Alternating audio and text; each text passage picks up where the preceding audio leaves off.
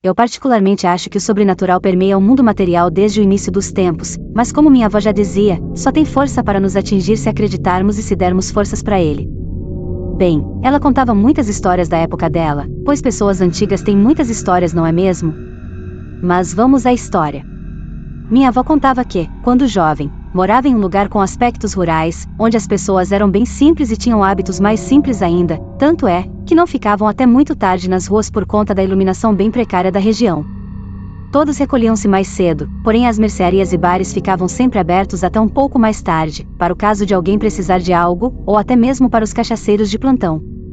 Neste dia específico, o querosene, que era usado no lampião, lhe acabou, e a mãe dela mandou que ela fosse à mercearia, que não era lá muito perto da casa. Já estava no fim da tarde, o sol varreando, os grilos cantando e lá se foi ela andando apressadamente pela estradinha de chão batido. Mato de um lado, mato do outro, só ouvia os próprios passos e o sopro do vento no mato ponto até que em dada parte do caminho, começou a ouvir o som de batidas de cascos, como as de um cavalo. Deduziu então que se tratava de alguém vindo com uma carroça, muito usada na época. Reduziu o ritmo das passadas, na esperança de conseguir uma carona, mas notou que, enquanto ela caminhava mais lentamente, o som dos cascos parou. Ela ficou receosa, apertou novamente o passo e estranhamente, voltou a ouvir o som de antes. Estava escurecendo. Ela, já assustada, andou o mais rápido que pôde, rezando para espantar o medo que sentia naquele momento. Quando finalmente chegou à venda, ofegante com os olhos esbugalhados, estavam lá o atendente e mais 3 clientes bebendo e jogando um carteado. O atendente ofereceu logo um copo d'água, perguntando se tinha acontecido algo, pois todos se conheciam por ali. Mas antes que ela pudesse contar qualquer coisa, todas as atenções foram tomadas por uma mulher que surgiu na porta do estabelecimento. Os homens ficaram mudos, atonitos, pois a mulher era muito bonita, alta, com um vestido longo e negro que se arrastava ao chão. Tinha pele muito clara e cabelos negros como a noite que batiam na cintura. Usava luvas pretas de renda e um batom vermelho bem forte. O rosto? Pouco se via, pois o cabelo longo e muito cheio o cobria. A vovó disse que nunca tinha visto ninguém igual nem na cidade. O atendente esqueceu que minha avó estava ali e perguntou à bela mulher se ela precisava de algo. Chegou até a brincar dizendo que nem tinha banco para a moça da cidade sentar, pois tudo ali era muito empoeirado. A moça apenas sorriu, virando-se para os cachaceiros que olhavam para ela de boca aberta e perguntou se poderia juntar-se a eles no carteado, pois estava esperando um primo que viria buscá-la. Eles sorriram de orelha a orelha. Um deles, de pronto, levantou-se oferecendo lugar para madame e pediu mais uma rodada, todo animado. Minha avó contou que também ficou embasbacada, pois como já havia dito, nunca tinha visto ninguém parecido. Passado o transe inicial daquela situação estranha, ela, com muito custo, conseguiu chamar a atenção do atendente para pegar o que a mãe dela havia pedido. Enquanto o dono da venda foi buscar o querosene, ela aproveitou para perguntar à moça se ela tinha vindo de carroça até ali, mas a mesma olhou na direção dela e sorriu, mas não respondeu. Como ela queria ir logo embora dali, resolveu deixar de assunto. O moço da venda trouxe o querosene e minha avó logo se dirigiu à saída, mas por conta do pouco espaço no local, acabou esbarrando no braço da moça e derrubando todas as cartas que estavam em sua mão. Rapidamente se abaixou e catou as cartas. Foi nesse momento que ela olhou na direção dos pés da moça e ficou aterrorizada com o que viu. Ela não tinha pés, ela tinha cascos. Minha avó levantou-se rapidamente, entregou as cartas sem nem mesmo olhar para a cara da moça, e foi embora, praticamente correndo por todo o trajeto. Quando já entrava pelo portão de casa, ouviu novamente batidas de cascos, mas nem cogitou olhar para trás. Correu até para dentro, trancou tudo, se encolheu num canto da casa e começou a rezar. De lá de dentro chegou a ouvir relinchos, misturados a gritos que faziam gelar a alma. A mãe perguntava o que tinha acontecido, mas ela não conseguia falar, só rezar e tremer.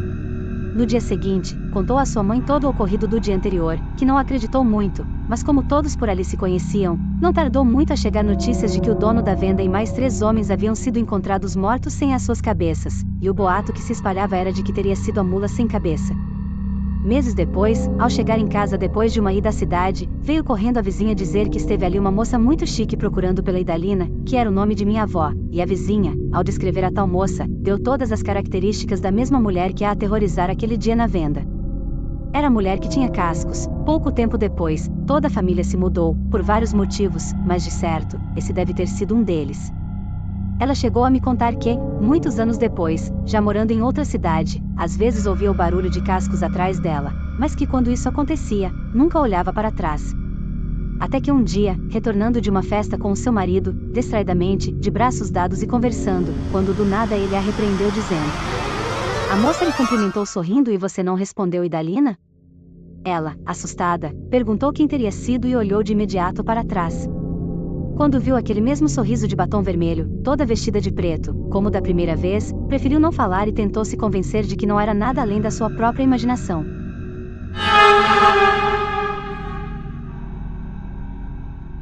Numa loja escura de antiguidades esquecida pelo tempo, repousava um bebê reborn diferente de todos os outros. Seus olhos de vidro, fixos e fundos, pareciam pulsar com uma vida própria. A dona da loja, uma velha corcunda que nunca sorria, o vendia com uma advertência: nunca o deixe sozinho à meia-noite. A primeira família o achou adorável. Um casal sem filhos, apaixonado por bonecos realistas. Na primeira noite, os vizinhos ouviram gritos dilacerantes. Quando a polícia chegou, encontraram os corpos do casal estraçalhados, os olhos arrancados, os membros retorcidos como galhos secos, e palavras escritas com sangue nas paredes: "Mamãe, papai, boa noite." O bebê sumiu. Na casa seguinte, foi adotado por uma idosa colecionadora. O corpo dela foi encontrado despedaçado na cadeira de balanço. Suas vísceras pendiam como serpentinas do teto.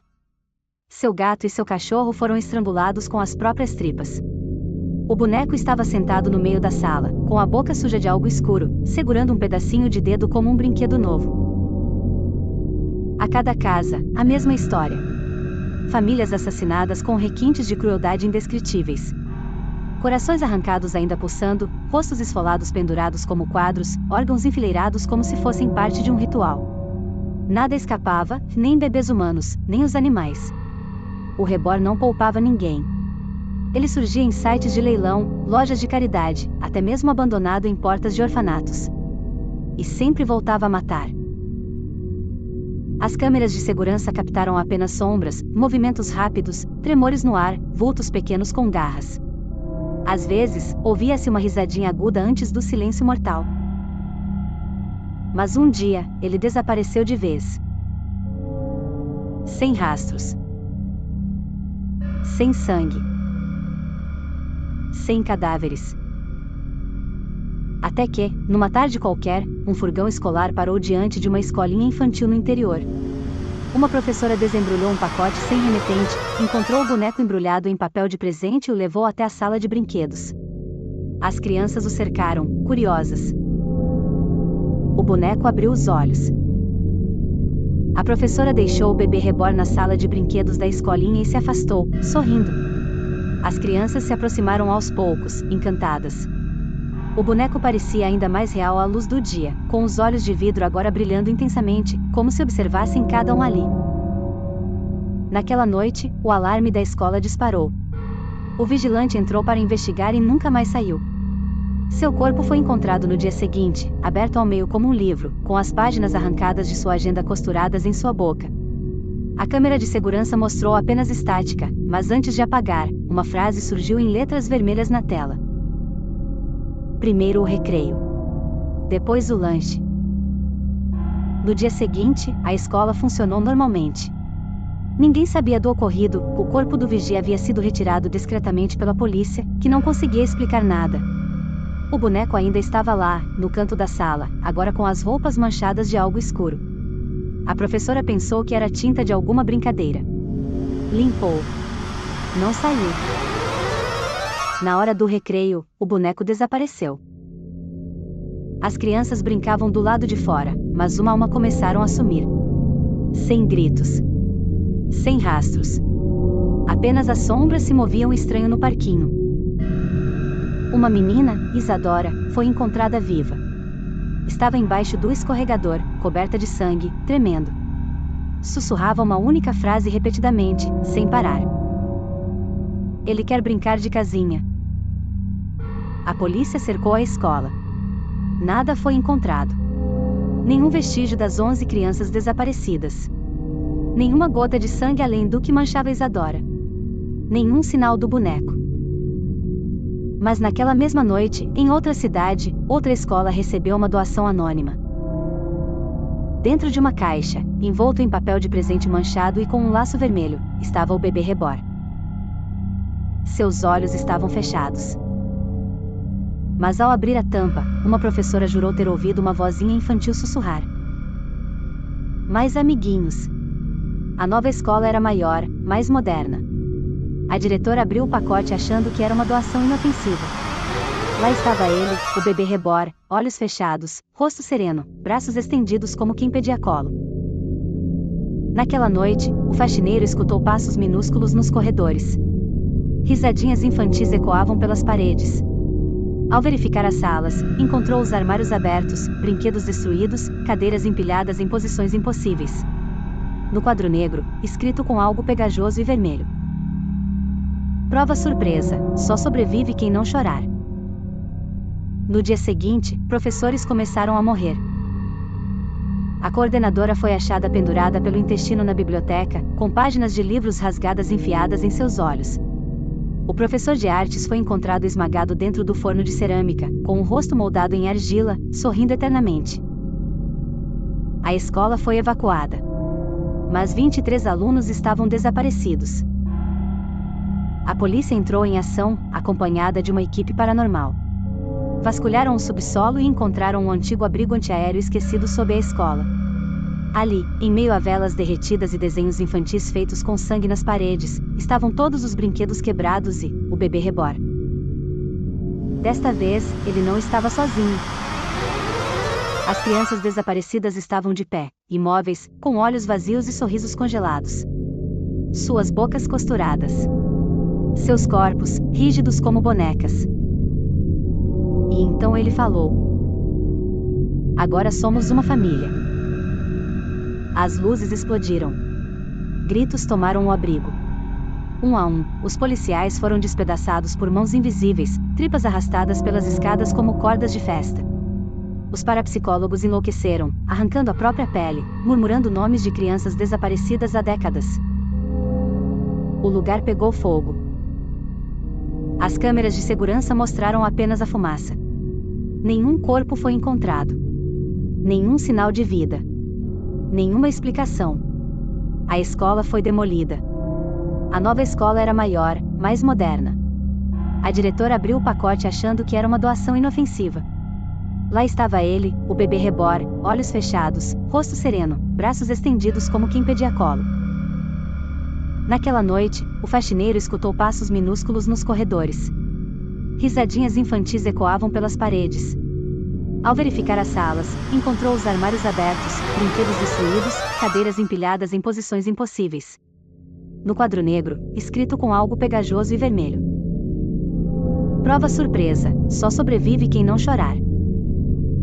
No dia seguinte, professores começaram a morrer.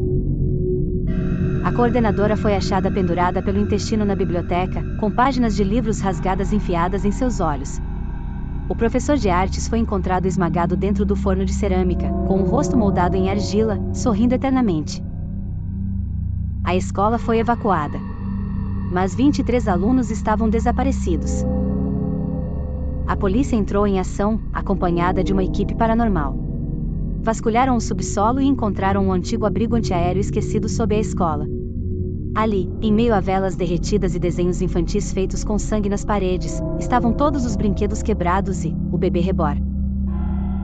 Desta vez, ele não estava sozinho. As crianças desaparecidas estavam de pé, imóveis, com olhos vazios e sorrisos congelados. Suas bocas costuradas. Seus corpos, rígidos como bonecas. E então ele falou: "Agora somos uma família." As luzes explodiram. Gritos tomaram o abrigo. Um a um, os policiais foram despedaçados por mãos invisíveis, tripas arrastadas pelas escadas como cordas de festa. Os parapsicólogos enlouqueceram, arrancando a própria pele, murmurando nomes de crianças desaparecidas há décadas. O lugar pegou fogo. As câmeras de segurança mostraram apenas a fumaça. Nenhum corpo foi encontrado. Nenhum sinal de vida. Nenhuma explicação. A escola foi demolida. Meses depois, numa feira beneficente de brinquedos usados, uma senhora simpática encontrou um bebê reborn muito bem conservado. Um anúncio dizia: "Nunca usado. Pronto para fazer parte da família." A senhora levou o boneco para casa. Na calada da noite, ele abriu os olhos.